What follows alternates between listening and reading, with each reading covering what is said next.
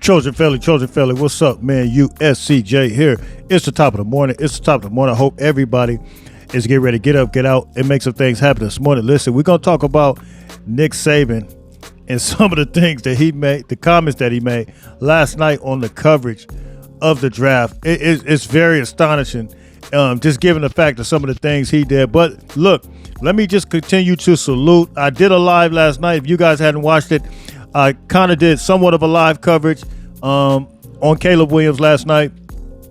Did some coverage on the actual NFL draft. Went over an hour, but go back and watch that video. I talked about Caleb, but I want to salute Caleb Williams now for being one of the best players to ever come through the University of Southern California. And now with him being a number one overall draft pick, just solidifies USC as one of the only teams, the top team, to have the first six number one overall draft picks. They lead all FBS, FCS, all schools, and USC is in prime position and to be one of the best teams to ever have these athletes come through the university. Now we got to talk about what this means for Caleb Williams, what it means for USC. I think if you're a quarterback like Julian Lewis, Ryder Lyons, whoever you are, you look at Lincoln Riley, look at the stat that was put out yesterday after Caleb Williams was drafted. Lincoln Riley is the only coach to ever have 3 top number one overall picks ever. And that's saying a whole lot. That means that he is that guy that will get you to where you need to go as it relates to being a quarterback. Caleb Williams has proven that. Baker Mayfield's proven that. Kyler Murray, Jalen Hurts, all these guys. Heisman winner, number one picks. Look, man, Lincoln Riley is that guy if you want to be a quarterback. So once again, salute to Caleb Williams on being the number one overall pick yesterday to the Chicago Bears. Let's take a look at some information now on Nick Saban, who happened to cover the draft last night.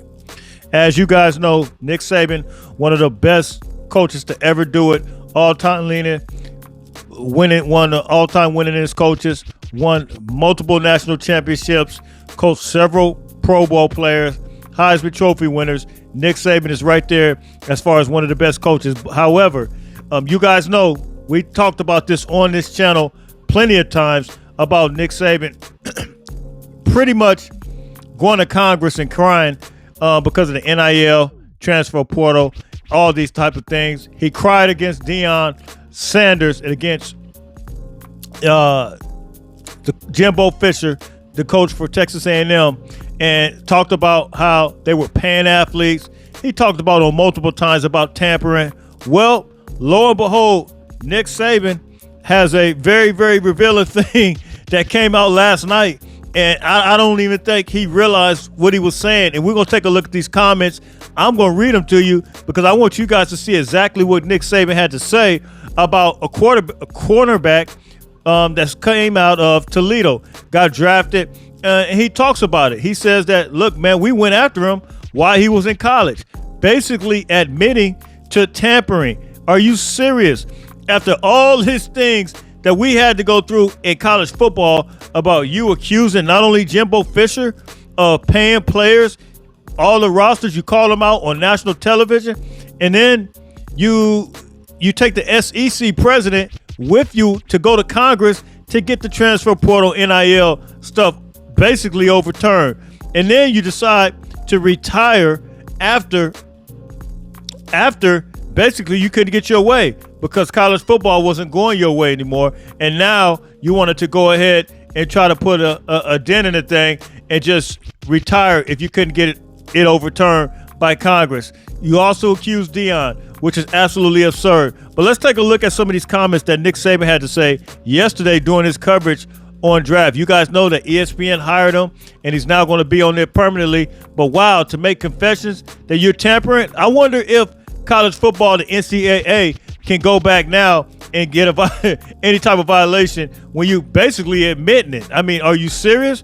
But I can guarantee you that they just turned a blind eye because this thing was on ESPN, who's in bed with the SEC anyway. But let's take a look at it real quick. Let's go. So this are the comments, and then This guy covers NFL, Mac Rodak, but he put this comment up last night. What Nick Saban had to say. I actually didn't see it because I was watching. I was on my live last night covering the draft. But this is what Nick Saban said. He says that Nick Saban on ABC about Toledo cornerback Quinyon Mitchell. He says he was our number one guy in the portal last year to try to get him to come out of the portal. Wow. And he would never get in the portal. Are you serious? Nick Saban basically admitting to tampering. But you know what? Nobody's going to even talk about this. Watch. That nobody's going to even cover it. This is the most absurd thing that I have ever seen in my entire life. But we can't tamper, right? But as we stated before, many teams are doing it. But wow, did you contact him one-on-one? I mean, is that what you're saying? I mean, who is we? I mean, it's incredible. Let's read it again. Nick Saban on ABC about Toledo cornerback Quinyon Mitchell. He was our number one guy in the portal last year to try to get him to come out of the portal. And he would never get in. Listen, there's no way you can dress this up. I don't care how you're going to try to dress it up because that's what's going to happen. They're going to try to dress this up. But Nick Saban, you can't even say that I made a mistake because you already admitted to the fact that he's in the portal and we tried to get him to come out, but he would never budge. Wow. Like, really? So, man, look, you guys drop those comments in the comment section, man. You guys tell me what you think. This is self-incriminated evidence of tampering, but, we'll see what happens with that. But he did confess it on national television, man. Look, I'm out of here. Once again, I'm giving a salute to my guy, Caleb Williams, going number one. And that puts USC in prime position to be one of the best schools